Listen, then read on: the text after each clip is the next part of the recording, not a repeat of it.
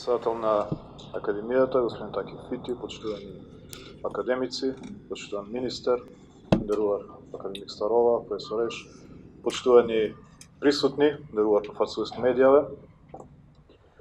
Прво благодарам за можноста да ја продолжиме ова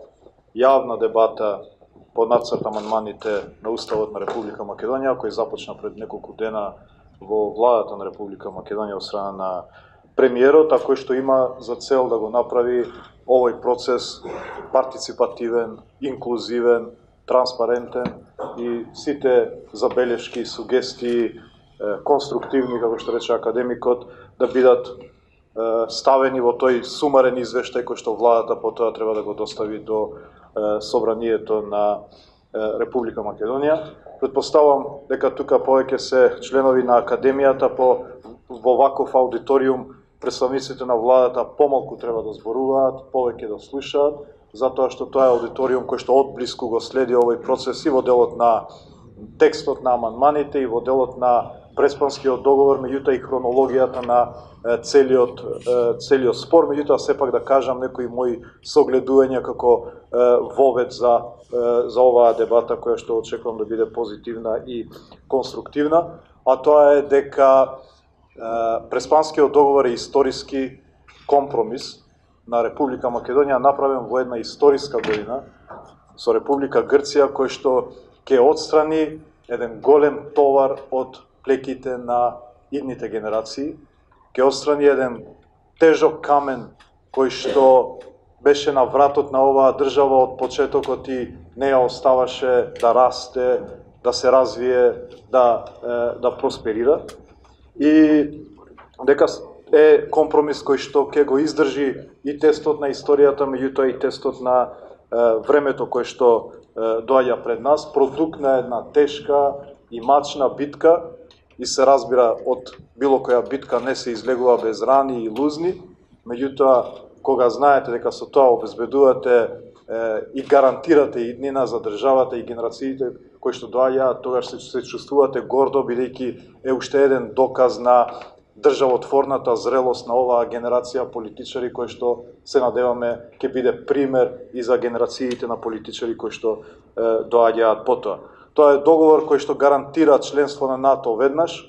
договор кој што овозможува отварање на преговорите за членство со Европската Унија идната година. И мислам дека не треба многу аргументи зошто Македонија нема алтернатива освен членството во НАТО и Европската Унија, и всушност е тоа и една плебисцитарна определба на граѓаните на Република Македонија,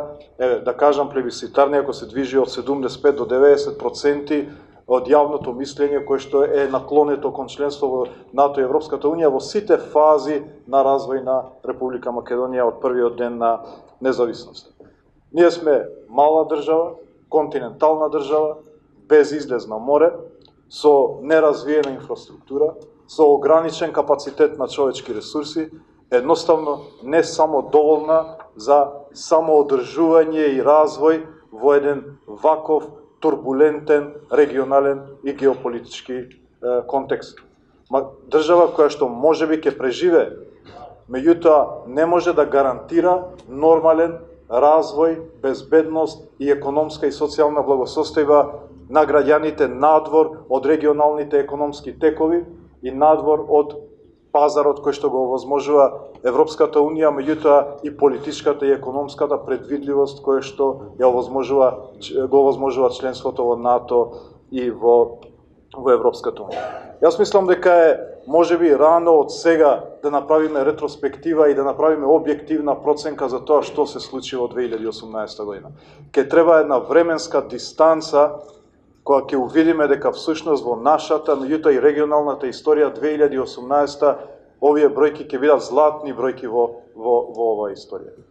Година кога Република Македонија стана единствената земја во регионот без ниту едно отворено политичко прашање со соседите. Единствена држава во регионот без ниту еден сантиметар оспорена граница. И тоа не е работа за подценување во една држава која што географски е на линија на фронтот помеѓу Западот и Истокот, која географски на крстопат помеѓу Западот и Истокот. А знаете, во сообраќајот несреќите се случуваат кога сте на крстопат. Така да тежината на овие одлуки на една држава која стана извозник на модели како европски се решаваат балканските проблеми ќе биде запаметена. Начин како идентитетските балкански спорови се решаваат на европски начин како што е Преспанскиот договор, начин како историските дилеми и разлики се решаваат на европски начин како што беше договорот со Бугарија, начин како на европски начин се решаваат меѓуетничките прашања како што е Охридскиот рамковен договор. Мислам дека не треба многу аргументи, економска логика и аргументи за потребата од завршување на овој спор и потребата од членство во Европската Унија. Република Македонија ги потроши овие 30 години од независноста или 3 декади во различни искушенија. Првите 10 години во делот на признавање и непризнавање на државата, следните 10 години во започнување на интегративниот процес и внатрешниот и тој надворешниот. Кога почнавме да учиме што значи етничка кохезија, што значи вклучување на другите заедници преку Охридскиот рамковен договор, меѓутоа и кога го подпишавме договорот за стабилизација и асоциација, со тоа го почнавме тој долг пат на членство во Европската Унија. И потоа третата декада увидовме како овој отворен спор и ова отворено прашање не остава да се развие. Буквално не задавува и не внесе во едно уназадување и во делот на интегративните процеси и сето тоа после не вовлече во еден вициозен круг на внатрешно пореметување на процесите во системот за да завршиме со оценка на заробена држава во 2016 година, а во суштина е сепак отвореното прашање, отворениот спор со името кој што не оставаше во статус кво, односно не оставаше да се движи. И јас често го земам примерот дека ние сме како бицикл, како точак кој што кога не се движи едноставно паѓа. Сега на која страна, на десна или лева. Меѓутоа Македонија има потреба од континуирано движење, а тоа движење го овозможува Европската Унија преку самиот процес на преговори, кој што не се само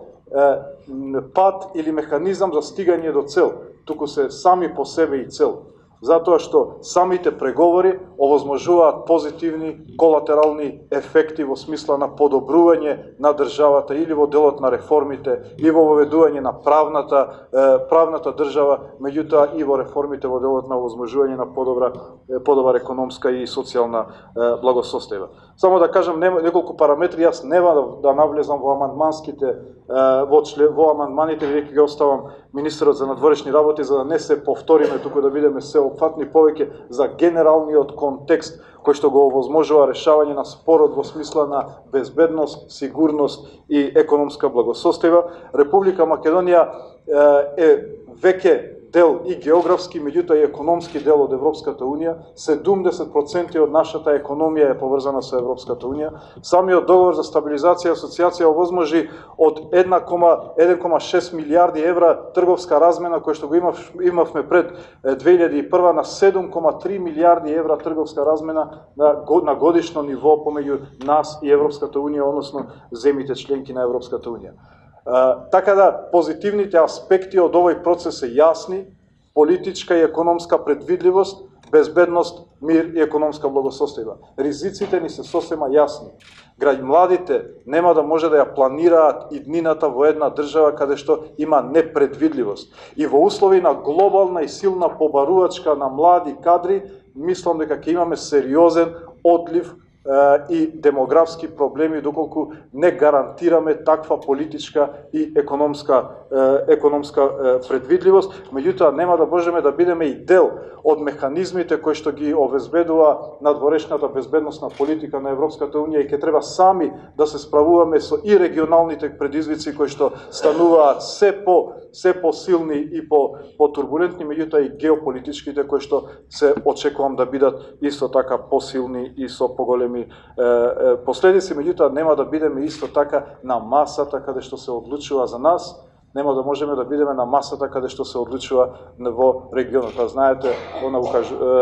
старата изрека дека или сте на масата или сте на менито. Така да очекувам дека овој процес, иако ние изразуваме голема загриженост